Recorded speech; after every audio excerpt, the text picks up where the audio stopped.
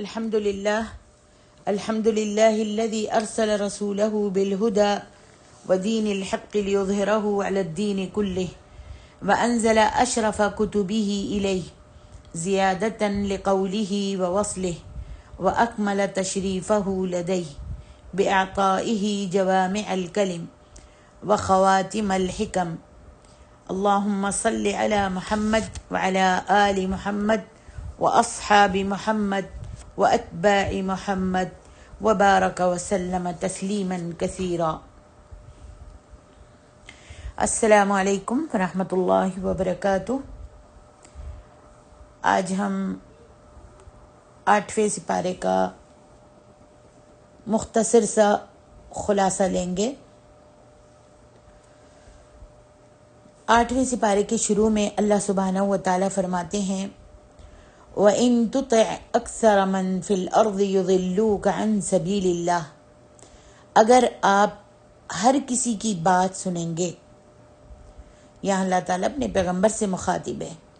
اگر آپ ہر کسی کی بات سنیں گے تو گمراہ ہو جائیں گے. إِن يَتَّبِعُونَ إِلَّا الظَّنَّ، یہ تو صرف اپنے خیالوں اور گمانوں کی پیروی کرتے ہیں. جو ان کی عقل کہتی ہے وہی کرنا شروع کر دیتے ہیں. ہدایت کے لیے وحی کی پیروی کرنا اور وحی پر چلنا ضروری ہے. انسانی عقل ایک آنکھ کی طرح ہوتی ہے کہ جیسے آنکھ میں اللہ نے دیکھنے کی صلاحیت رکھی ہے ویسے ہی عقل بھی سمجھ سکتی ہے اور اچھے اور برے کی تمیز کر سکتی ہے، لیکن اس کے اندر خود سے تعین کرنے کی صلاحیت نہیں ہے. اگر اسے یعنی عقل کو یہ بتایا جائے کہ یہ اچھا ہے اور یہ برا ہے تو وہ سمجھ جائے گی کہ کون سا راستہ ٹھیک ہے اور کون سا غلط ہے. بالکل آنکھ کی طرح کہ آنکھ میں دیکھنے کی صلاحیت تو ہے، لیکن اگر باہر روشنی نہ ہو یا سورج نہ ہو تو یہ آنکھ کچھ بھی نہیں دیکھ سکتی. اندھیرے میں اسے کچھ نظر نہیں آئے گا کیونکہ خارجی روشنی آنکھ کے لیے ضروری ہے. اسی طرح وحی جو ہے وہ خارجی روشنی ہے اور اسے اللہ سبحانہ و تعالیٰ نے عقل والوں کے لیے نازل فرمایا ہے. تو آپ نے پیروی کن لوگوں کی کرنی ہے؟ ان لوگوں کی جو وحی کے تابع چلتے ہیں اور اللہ کی ہدایات کو مد نظر رکھتے ہیں. نہ کہ اس شخص کی پیروی نہیں کرنی جو اس کے دل میں آتا ہے وہ کہہ دیتا ہے. اس شخص کی پیروی نہیں کرنی جو اس کے دل میں آتا ہے وہ کہہ دیتا ہے اور اپنے دماغ سے چلتا ہے. فرمایا اگر آپ کسی کی پیروی کریں گے تو گمراہ ہو جائیں گے. اس کے بعد اللہ سبحانہ و تعالیٰ فرماتے ہیں جو چیز انسان کے لیے بہتر ہے، عمدہ ہے، وہ حلال اللہ تعالیٰ نے کر دی ہے، اور جو چیز بہتر نہیں ہے وہ اللہ سبحانہ و تعالیٰ نے حرام کر دی ہے. آج یہ بات سائنس سے بھی ثابت ہو چکی ہے کہ جو جانور خود بخود مر جاتے ہیں وہ انسانی صحت کے لیے ٹھیک نہیں ہوتے، جبکہ اس کے مقابلے میں وہ جانور جنہیں ہم ذبح کرتے ہیں اللہ تعالیٰ کا نام لے کر وہ ہماری صحت کے لیے بھی ٹھیک ہوتے ہیں اور ہر لحاظ سے بہترین ہوتے ہیں. پھر اس بارے میں اللہ سبحانہ و تعالیٰ فرماتے ہیں وَكَذَلِكَ جَعَلْنَا فِي كُلِّ قَرْيَةٍ أَكَابِرَ مُجْرِمِيهَا. اللہ یہاں پر ایک اصول بیان فرما رہے ہیں کہ جب کسی بھی قوم کے بڑے لوگ سردار لوگ مجرم بن جاتے ہیں اور اللہ کے احکامات کو دھتکار دیتے ہیں اور اپنی خواہشات کی پیروی کرتے ہیں اور اپنی منمانیاں کرنے لگتے ہیں تو سب سے پہلے گناہوں کی طرف یہ جاتے ہیں، یہ بڑے لوگ جاتے ہیں. یعنی قوم کے بڑے لوگ پہلے رسولوں کی تکذیب کرتے ہیں، نافرمانی کرتے ہیں، پھر جو چھوٹے لوگ ہوتے ہیں ان کے پیچھے ان کے چھوٹے یعنی ان کی رعایا جو ہوتی ہے وہ ان کو دیکھ کر ان کی طرح چلنا شروع کر دیتی ہے، ان کی پیروی کرنے لگتی ہے. آج کل دیکھیں جیسے حکمران ہیں یا فلمی اداکار ہیں جنہیں معاشرے میں شہرت حاصل ہے، وہی بڑے لوگ کہلاتے ہیں، اور سب چاہتے ہیں ہم انہی کی پیروی کریں، تو پھر یہ قوم اپنے بڑوں کے پیچھے لگ کر گمراہ ہو جاتے ہیں اور اللہ کے راستے سے بھٹک جاتے ہیں۔ تو یہ ایک اصول ہے کہ جب کسی قوم پر عذاب آنا ہوتا ہے تو ان کے بڑوں کے اندر اخلاق اور تہذیب اور تمیز اور ہدایت کا مادہ ختم ہو جاتا ہے اور وہ گناہوں میں پڑ جاتے ہیں۔ اس کا سب سے بڑا سبب پیسہ ہوتا ہے یا مشہوری ہوتی ہے، اور دوسرا سبب ان کا غرور اور تکبر ہوتا ہے۔ پیسہ، تکبر اور غرور انہیں ہدایت قبول نہیں کرنے دیتا، ان کی عقل پر پردہ پڑا رہتا ہے اور وہ ایسی چیزوں کے پیچھے بھاگنے لگ جاتے ہیں جو شیطان نے ان کے لیے مزین کر دی ہوتی ہیں، اور ان چیزوں سے دور بھاگنے لگتے ہیں جو اللہ سبحانہ و تعالیٰ نے اور اس کی شریعت نے ان کے لیے مقرر کی ہوتی ہے۔ تو اللہ کی شریعت کو ماننا ہی ان کے لیے فائدہ مند ہوتا ہے، جبکہ اس کے مقابلے میں اپنی خواہشات کی پیروی کرنا انہیں تباہی کی طرف لے جاتا ہے۔ اس طرح سے ساری قوم جو ہے اپنے بڑوں کو دیکھ کر گمراہ اور برباد ہو جاتی ہے۔ پھر اس کے بعد اللہ سبحانہ و تعالیٰ نے مشرکین مکہ کے عمل کا تذکرہ کیا ہے، اور اسی سے ملتا جلتا عمل ہمارے یہاں بھی پایا جاتا ہے۔ پہلے میں مشرکین مکہ کے عمل کا تذکرہ کروں گی، جائزہ لیتے ہیں، مشرکین مکہ کے عمل کا جائزہ لیتے ہیں پہلے ہم۔ اللہ سبحانہ و تعالیٰ نے فرمایا وَجَعَلُوا لِلَّهِ مِمَّا ذَرَأَ مِنَ الْحَرْثِ وَالْأَنْعَامِ نَصِيبًا، اللہ نے ان کو جو جانوروں میں سے اور کھیتی باڑی میں سے نعمتیں دی ہوتی ہیں تو وہ اس میں سے حصہ مقرر کر لیتے ہیں۔ کون؟ مشرکین مکہ جو تھے، جو اللہ نے ان کو نعمتیں دی تھیں، جو جانور دیے تھے اور کھیتی باڑی دی تھی، جب ان کے کھیتی باڑی کے پکنے کا وقت آتا، جب خوب سرسبز ہو جاتی، تو اس میں سے وہ حصے مقرر کر لیتے تھے۔ کہتے تھے کہ یہ کوئی حصہ کچھ اللہ کے لیے کہتے تھے، ھذا للہ، کچھ حصہ نکال کر کہتے تھے کہ یہ اللہ کے لیے ایک حصہ ہے، اور وَھذا لشرکائنا، اور ایک حصہ ہمارے شریکوں کا ہے، جنہیں وہ اللہ کا شریک مانتے تھے، جن کی وہ پوجا پاٹ کیا کرتے تھے، جن کی نظر و نیاز دیا کرتے تھے، جن کو اٹھتے بیٹھتے وہ پکارتے تھے۔ تو ایک حصہ جو تھوڑا کم ہوتا تھا وہ اللہ کے لیے رکھ دیتے تھے، اور باقی حصہ جو ہے وہ اپنے شریکوں کے لیے مان لیتے تھے۔ تو جو ان کے شریکوں کا حصہ ہوتا تھا وہ اللہ تعالیٰ کو نہیں دیتے تھے، یعنی اللہ کے راستے میں خرچ نہیں کرتے تھے، اور جو اللہ کے لیے حصہ رکھا ہوتا تھا وہ اسے اپنے شرکاؤں پر خرچ کر دیتے تھے۔ اللہ سبحانہ و تعالیٰ فرماتے ہیں ساء ما یحکمون، یہ بہت ہی برا فیصلہ کرتے ہیں۔ اس کی تفصیل یہ ہے کہ جو حصہ اللہ کے لیے مقرر کرتے تھے وہ تو غریبوں فقیروں میں بانٹتے تھے، جو اللہ کے لیے رکھتے تھے وہ اٹھا کر غریبوں اور فقیروں میں دے دیتے تھے، اور اس میں سے کچھ شریکوں کے لیے بھی لے لیتے تھے اللہ کے حصے میں سے، اور جو حصہ انہوں نے اپنے شریکوں کا بنایا ہوتا تھا، ان کے لیے رکھا ہوتا تھا، وہ بتوں کے پجاریوں پر خرچ کرتے تھے، جو درباروں اور بتوں کی مرمت کے لیے رکھ لیتے تھے۔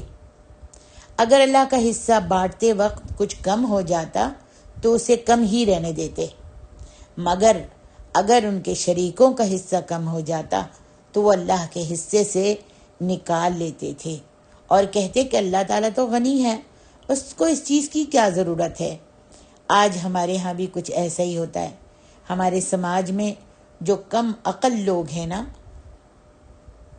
جو ناسمجھ ہیں، وہ ان پیروں فقیروں کے پیچھے لگ گئے ہیں، تو وہ بھی اپنی کھیتی باڑی میں سے اپنے جانوروں میں سے حصہ نکالتے ہیں، اور کیا کہتے ہیں یہ مسجد کا حصہ ہے، یہ دربار کا حصہ ہے، یہ فلاں مدرسے کا حصہ ہے، اور یہ فلاں پیر کا حصہ ہے۔ تو ان کے بھی ایسے کام ہیں، اور مشرکین ایسا بھی کرتے تھے کہ بعض جانوروں کو ایسے ہی چھوڑ دیتے تھے، بعض جانوروں کو ایسے ہی چھوڑ دیتے ہیں کہ یہ فلاں بت کے لیے ہم نے چھوڑ دیا ہے۔ اور جو جانور حاملہ ہوتی تھی، جو جانور حاملہ ہوتا، اس کے پیٹ میں بچہ ہوتا، تو یہ کہتے کہ اس کے پیٹ میں جو بچہ ہے وہ فلاں بت کے لیے ہے۔ تو آج بھی لوگ قبروں اور پیروں کے پاس جا کر منت مرادیں مانگتے ہیں، اور پھر جب اولاد ہو جاتی ہے تو بعض تو درباروں کے لیے ہی وقف کر دیتے ہیں، اور بعض ان کو کچھ کہتے ہی نہیں ہیں، ان کو چھوڑ دیتے ہیں آزاد۔ اسی طرح گائیں بھی چھوڑ رکھی ہوتی ہیں۔ اگر آپ پہاڑی علاقوں کی طرف جائیں تو آپ کو ایسی گائیں ملیں گی جنہیں کوئی روک ٹوک نہیں سکتا، کیونکہ یہ انہوں نے بتوں کے نام، درباروں کے نام پر یا پیر فقیروں کے نام پر چھوڑی ہوئی ہوتی ہیں۔ اللہ ہم سب کو شرک سے بچائے، اور یہ سب سے بڑا شرک ہے۔ اللہ سبحانہ و تعالیٰ نے اپنے راستے پہ خرچ کرنے کا طریقہ بیان کر دیا ہے، وہاں پہ ہی خرچ کرنا چاہیے۔ اس طرح سے جانوروں کا چھوڑنا، پیر اور فقیروں کے درگاہوں کے نام پر چھوڑنا جو ہے وہ غلط ہے، لیکن یہ شرک کرنا، یہی شرک ہوتا ہے، اور یہ شرک جو ہے سب سے بڑا گناہ ہے۔ اور جو حصے انہوں نے مقرر کیے، کون سا شرک؟ یہی شرک جو میں نے ابھی بیان کیا ہے، جو اللہ تعالیٰ نے ان آیتوں میں بیان فرمایا ہے۔ جو حصے انہوں نے مقرر کیے ہوتے تھے، اللہ کے حصے میں اگر کم ہو جاتا یا فقیروں مسکینوں کو دینے میں کم ہو جاتا تو اللہ کے حصے میں سے نکال کر وہ دے دیتے تھے، لیکن اگر ان کے شریکوں کے حصے میں کم ہو جاتا تو وہ اللہ کے حصے سے نکال کر لے لیتے تھے۔ اللہ اکبر! کتنی بدتمیزی اور کتنی غلط بات ہے، اور کتنا بڑا جرم کرتے تھے۔ پھر اللہ سبحانہ و تعالیٰ نے حرام جانوروں کا ذکر کیا ہے، جن میں ایک مردار ہے، اور ایک مردار ہے جو جانور خود بخود مر جاتا ہے، وہ حرام ہے، اور خون ذبح کرتے وقت جو خون نکلتا ہے وہ حرام ہے۔ والدم، جب کسی جانور کو، حلال جانور کو ذبح کرتے ہیں، خون نکلتا ہے تو وہ خون جو ہے وہ حرام ہے۔ لیکن اگر گوشت کے اندر خون لگا ہوا ہے اور ہم پکا رہے ہیں، ہم نے رکھ لیا ہے فریزر میں، اور جب نکال رہے ہیں تو وہ خون جو ہے حلال ہے، کھا سکتے ہیں۔ والخنزیر، اور خنزیر جو ہے وہ بھی حرام ہے، سور کا گوشت، سور حرام ہے، اور غیر اللہ کے نام پر ذبح کی ہوئی چیزیں حرام ہیں۔ شرک حرام ہے، شرک کے نام پر دی گئی چیزیں کھانا حرام ہے۔ کسی بھی صورت میں اولاد کو قتل کرنا حرام ہے، چاہے وہ پیٹ میں ہی گرا دیا جائے، گولی وولی کھا کے، آپریشن کرا کر، حرام ہے۔ کسی کو ناحق قتل کرنا حرام ہے، اور فواحش کے کام کی طرف جانے سے بھی منع کیا گیا ہے، بے حیائی کے کاموں کی طرف جانے سے بھی اللہ تعالیٰ نے منع کیا ہے۔ وَلَا تَقْرَبُوا الْفَوَاحِشَ۔ پھر اللہ سبحانہ و تعالیٰ نے بیان کیا کہ تم جو نیکی کرتے ہو، ہم اس کے بدلے 10 گنا تم کو ثواب دیتے ہیں، لیکن تم جو برائی کرتے ہو وہ ہم ایک ہی لکھتے ہیں، اسے بڑھاتے نہیں ہیں۔ یہ سبحان اللہ، دیکھیں اللہ تعالیٰ کا کتنا فضل ہے۔ اور اگر نیکی میں تقوی بھی شامل ہو تو بعض مقامات میں آتا ہے کہ اللہ فرماتے ہیں ہم اس کا ثواب 700 نیکی تک پہنچا دیتے ہیں۔ اللہ اکبر! ان سب اصول کو بیان فرمانے کے بعد اللہ سبحانہ و تعالیٰ نے فرمایا، اے نبی آپ کہہ دیجئے، قُلْ إِنَّ صَلَاتِي وَنُسُكِي وَمَحْيَايَ وَمَمَاتِي لِلَّهِ رَبِّ الْعَالَمِينَ۔ آپ کہہ دیجئے نیکی جو بھی آپ کر رہے ہیں، میری نماز، میری قربانی، وہ خالص اور خالص اللہ کے لیے ہونی چاہیے۔ وَمَحْيَايَ، میری زندگی، اور وَمَمَاتِي، اور میری موت، میری ناراضگی ہو، میری خوشی ہو، جو بھی کچھ ہو، سب کچھ للہ رب العالمین، اللہ کے لیے خاص ہونی چاہیے۔ اللہ اکبر! یہ اللہ تعالیٰ اپنے نبی کو کہہ رہے ہیں، تو پھر جب نبی کو یہ حکم ہے تو ہمیں یہ حکم نہیں؟ ہم کسی کے نام کی نماز پڑھ سکتے ہیں؟ نہیں، ایک انسان اپنی نماز خود اپنی زندگی میں پڑھ سکتا ہے، لیکن اگر انسان مر گیا، فوت ہو گیا، تو اس کی آل اولاد اس کے پیچھے نماز پڑھ کر اس کو ثواب بھیجے تو یہ کسی طرح سے بھی جائز نہیں ہے، اس لیے کہ اللہ کے رسول کو اللہ نے فرمایا ہے میرے نبی آپ کہہ دیجئے ان صلاتی میری نماز، و نسکی میری قربانی، و محیایا میری زندگی، و مماتی و میری موت کس کے لیے؟ اللہ کے لیے ہے۔ تو ہم سب اپنی نمازیں جو اپنی زندگی میں پڑھ رہے ہیں وہ ہمارے لیے ثواب کا ذریعہ بنیں گی، لیکن مرنے کے بعد اگر آل اولاد کوئی اپنے ماں باپ کے لیے یا اپنے کسی رشتہ دار کے لیے نماز پڑھ پڑھ کے بھیجے تو اس کا ثواب اس کو کبھی نہیں ملتا، جو اس نے اپنی زندگی میں نمازیں پڑھ لی اس کا ہی اس کو اجر ملے گا۔ اور یہ نمازیں اور یہ قربانی صرف اللہ کے لیے کرنی چاہیے، قربانی صرف اللہ کے نام پر دینی چاہیے، محبت بھی صرف خالص اللہ کے لیے ہونی چاہیے، کسی سے بھی محبت کرے صرف اللہ کے لیے کرے، اگر اللہ کے لیے بغض رکھے، اللہ کے لیے محبت رکھے کسی سے، تو اگر کوئی اللہ کے لیے سب کام کرے گا تو اس کا اجر اس کو اللہ سبحانہ و تعالی ثواب کی صورت میں دیں گے، مگر اگر کوئی دنیاوی مرتبہ یا خواہشات یا مشہوری کے لیے کوئی بھی نیکی کا کام کرے گا تو پھر وہ ریاکاری میں آ جاتا ہے اور پھر اس کا وہ عمل جو ہے قابل قبول نہیں ہوتا۔ اس کے بعد سورۃ الاعراف شروع ہوتی ہے، اس کی ابتدا میں اللہ سبحانہ و تعالیٰ فرماتے ہیں اس چیز کی پیروی کرو جو اللہ سبحانہ و تعالیٰ نے تمہاری طرف نازل فرمائی ہے، وَلَا تَتَّبِعُوا مِن دُونِهِ أَوْلِيَاءَ، اپنے سرداروں کی، اپنے گمراہ لوگوں کی پیروی مت کرو۔ اللہ کے احکامات کے سامنے آپ نے اپنے کسی بھی رشتہ دار کی یا کسی بھی بڑے کی بات نہیں ماننی ہے۔ اللہ اور اس کے رسول کا جب حکم دیکھ لیا، جب نص دیکھ لی، فرمان آپ کو پتہ چل گیا کہ اللہ نے یہ فرمایا ہے، رسول نے یہ فرمایا ہے، تو پھر کسی بھی رشتہ دار کی یا کسی بھی بڑے کی بات نہیں ماننی ہے۔ اور اگر کوئی ایسا کرتا ہے تو اللہ سبحانہ و تعالیٰ فرماتے ہیں وَكَم مِّن قَرْيَةٍ أَهْلَكْنَاهَا فَجَاءَهَا بَأْسُنَا بَيَاتًا، کہا دیکھو ہم نے کتنی ہی بستیاں اچانک عذاب سے تباہ کر دیں۔ ہر وقت اللہ کا ڈر اور خوف غالب رہنا چاہیے اور اس کی باتوں کو شریعت کو ہی اور شریعت کو ہی صرف ماننا چاہیے۔ اللہ سبحانہ و تعالیٰ فرماتے ہیں جب ہم نے ان بستیوں پر عذاب نازل کیا تو عذاب کو دیکھنے کے بعد وہ کہنے لگے کہ ہاں ہم ہی ظالم تھے۔ جب عذاب سامنے آ گیا اور مرنے اور ڈوبنے لگے تو کہنے لگے کہ ہم ہی ظالم تھے، ہم پر اللہ نے ظلم نہیں کیا بلکہ ہم نے خود ہی ظلم اپنے اوپر کیا ہے، ہم ہی گناہ گار تھے۔ پھر فرمایا ہم قیامت کے دن قوموں سے اور رسولوں سے، تمام لوگوں سے حساب لیں گے۔ فَلَنَسْأَلَنَّ الَّذِينَ أُرْسِلَ إِلَيْهِمْ وَلَنَسْأَلَنَّ الْمُرْسَلِينَ، لوگوں سے ہم خود حساب لیں گے، رسولوں سے یہ پوچھا جائے گا کہ آپ کو جو پیغامات دیے تھے، آپ کو جو تبلیغ کے لیے کہا گیا تھا، توحید پہنچانے کے لیے کہا گیا تھا، کہ آپ نے ہمارا پیغام پہنچا دیا تھا یا نہیں پہنچایا تھا۔ اور اس پر آتا ہے کہ امت محمد صلی اللہ علیہ وآلہ وسلم اس بات پر گواہ ہوں گے، سبحان اللہ، کہ تمام رسولوں نے اپنا پیغام پہنچا دیا تھا۔ امت محمد گواہی دے گی تمام رسولوں کی طرف سے کہ ہاں ہر رسول نے اپنا پیغام، توحید کا پیغام پہنچا دیا تھا۔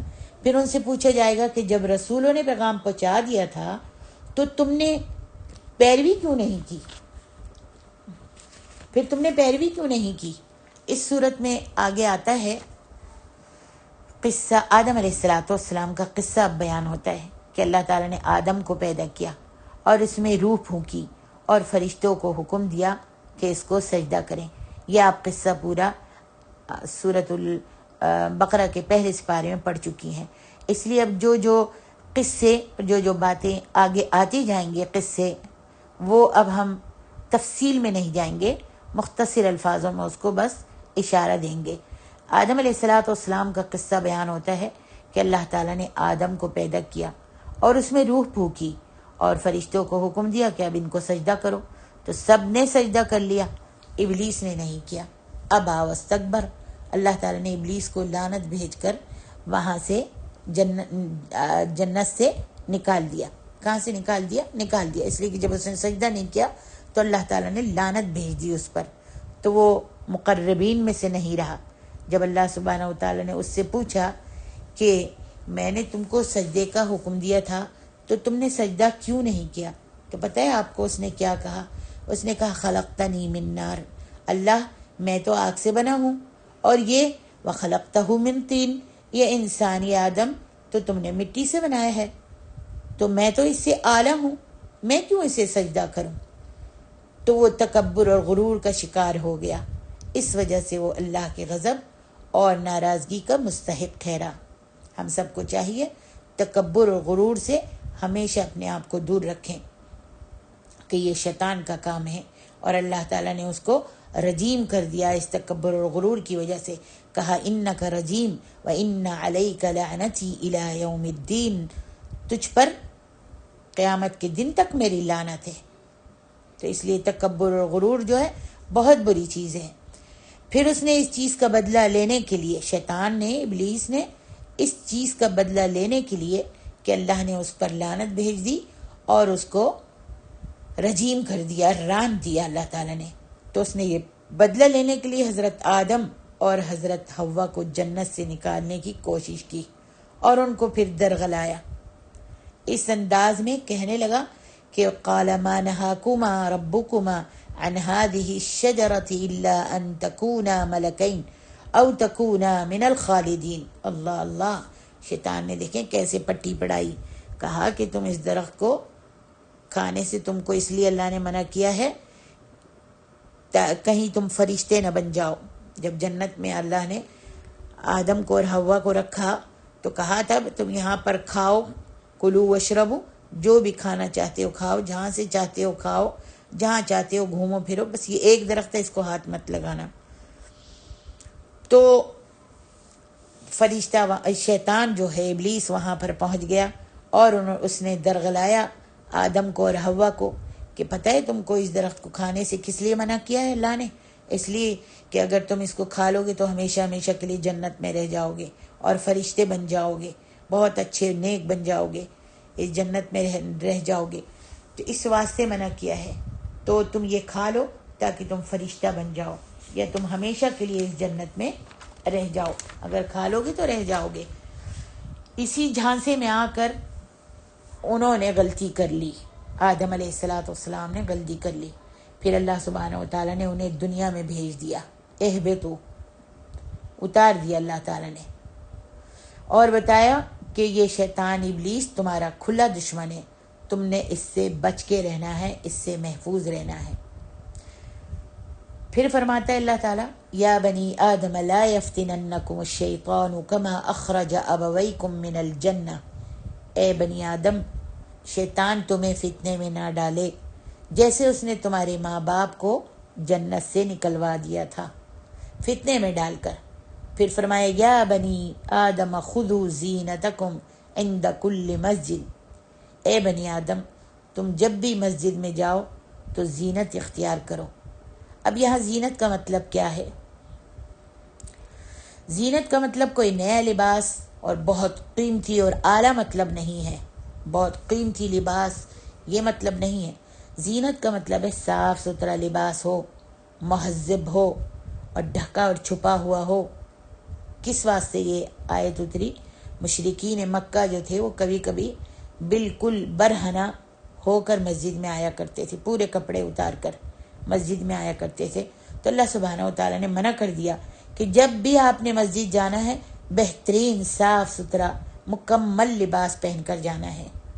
پھر اس صورت میں اللہ تعالیٰ نے جنتی اور جہنمیوں کے مکالمے کا بیان فرمایا ہے، فرمایا ونادى اصحاب الجنت اصحاب النار ان قد وجدنا ما وعدنا ربنا حقا، جنتی جہنمیوں سے پوچھیں گے کہ ہم سے جو اللہ نے وعدہ کیا تھا وہ ہمیں مل گیا ہے، کیا تم سے جو اللہ نے وعدے کیے تھے وہ تمہیں مل گئے ہیں یا نہیں؟ تو کیا کہیں گے؟ قالوا نعم، ہاں ہمیں وہ مل گیا۔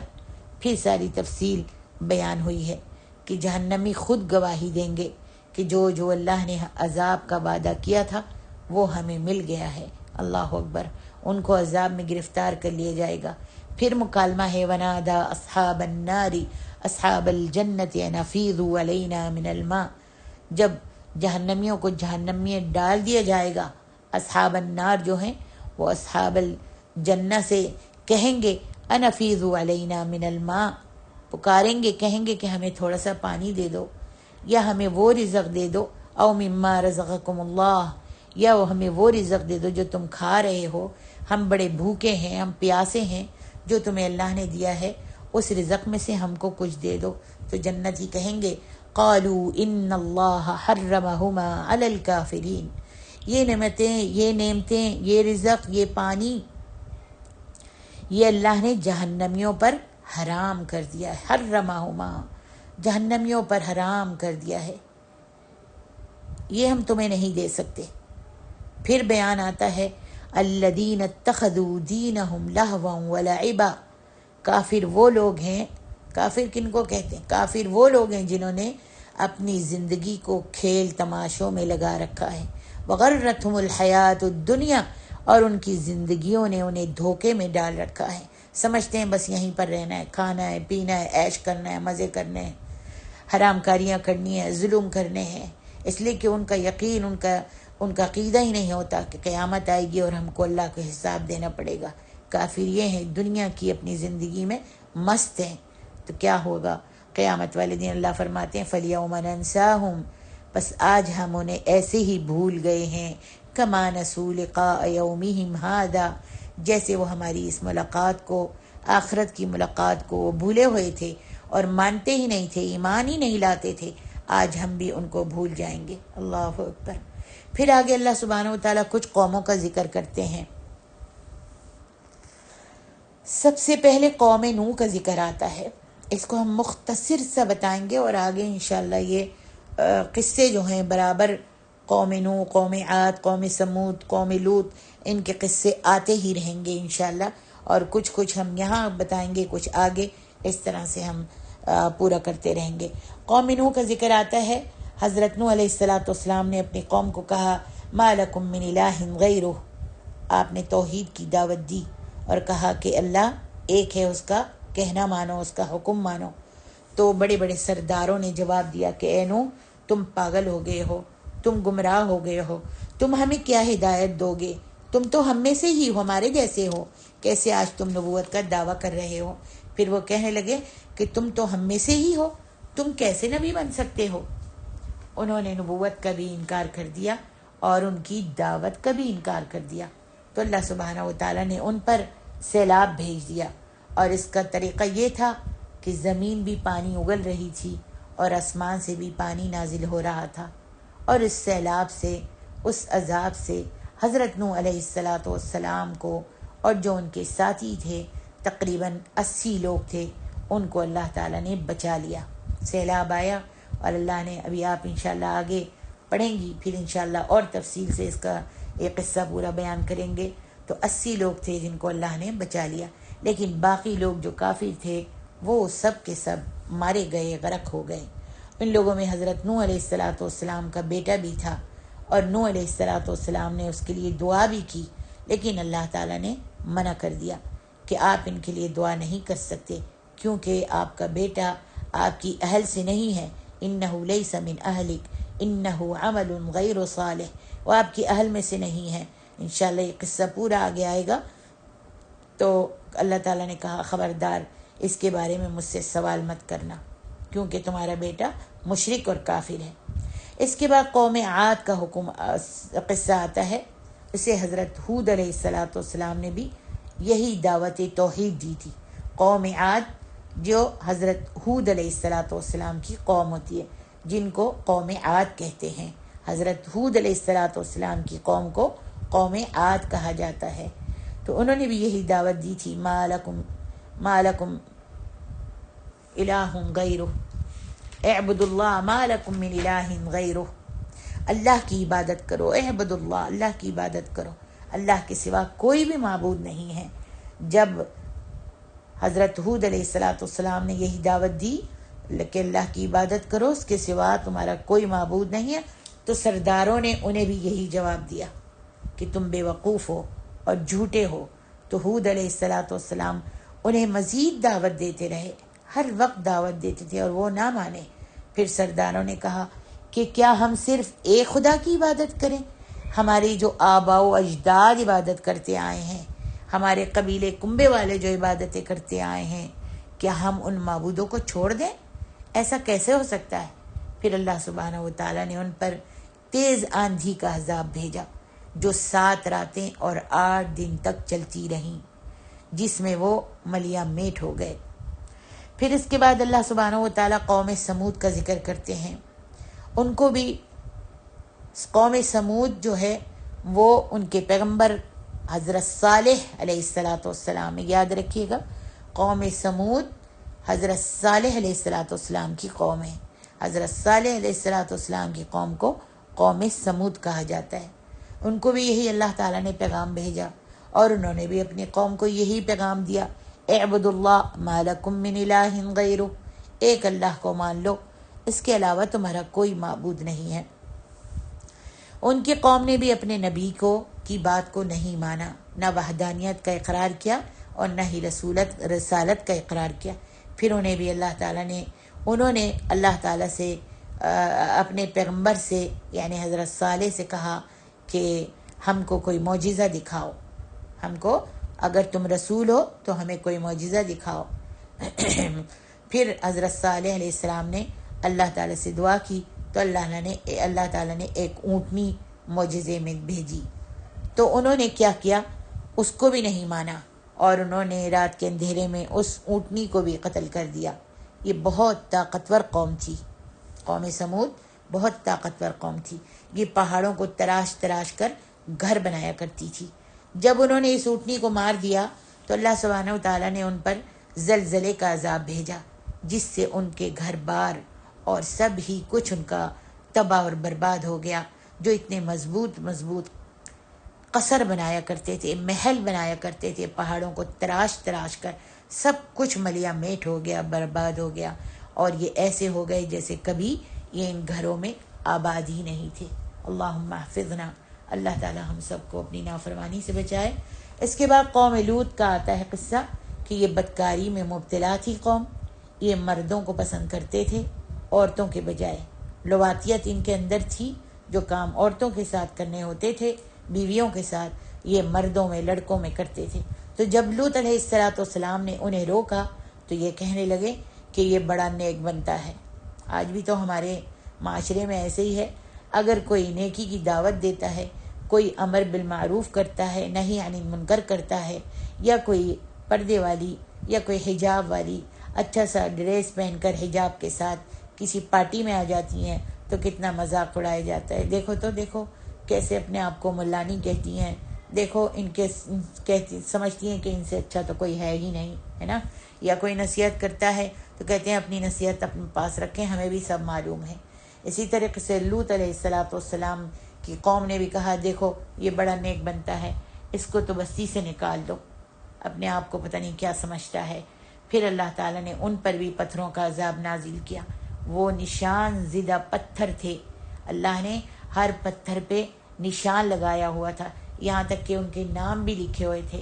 اللہ تعالیٰ نے اس پتھر ہر بندے کے نام کے مقرر کیے ہوئے تھے کہ کسے کہاں پر اور کہاں کہاں لگنا ہے یہ پتھر۔ اللہ اکبر۔ ان پتھروں کو برسانے کے بعد اللہ سبحانہ و تعالیٰ نے اس بستی کو پلٹ دیا۔ پہلے تو پتھروں کی بارش آئی اور جس کو جو وہ پتھر لگتا تھا جس کے نام کا، وہ ویسے ہی بس کی طرح گر جاتا تھا، اور پھر اتنا ہی نہیں، اللہ سبحانہ و تعالیٰ نے ان کی بستی کو الٹا کر دیا، یعنی نیچے کا حصہ آسمان کی تک لے جا کر فرشتہ آیا اور ان کی بستی کے نیچے اپنا پر ڈالا اور پروں پہ اس بستی کو اٹھا کر آسمان کی بلندی تک لے گیا، اور پھر وہاں سے اس بستی کو الٹا کر کے نیچے پٹک دیا۔ اللہم احفظنا، اللہ ہم سب کو اپنے عذابوں سے بچائے۔ اوپر کا حصہ نیچے کر دیا اور نیچے کا حصہ اوپر کر دیا۔ اللہم احفظنا، اللہم احفظنا یا رب العالمین، اللہم احفظنا۔ الحمدللہ رب العالمین۔ 8ویں سپارے کا الحمدللہ کا خلاصہ جو ہے، مختصر سی تفسیر مکمل ہوتی ہے۔ اللہ تعالی ہم سب کو سن کر پڑھ کر عمل کرنے کی توفیق عطا فرمائے، اور ہم سب کو اپنے دوستوں اور احباب میں بھیجنے کی بھی توفیق دے، تاکہ یہ ہمارے لیے صدقہ جاریہ بن جائے، اور اگر ایک بھی کوئی عمل کر لے گا تو انشاءاللہ ہمارے لیے نجات کا ذریعہ بن جائے گا۔ سبحانک اللہم و بحمدک، اشہد ان لا الہ الا انت، استغفرک و اتوب الیک۔ السلام علیکم ورحمۃ اللہ وبرکاتہ۔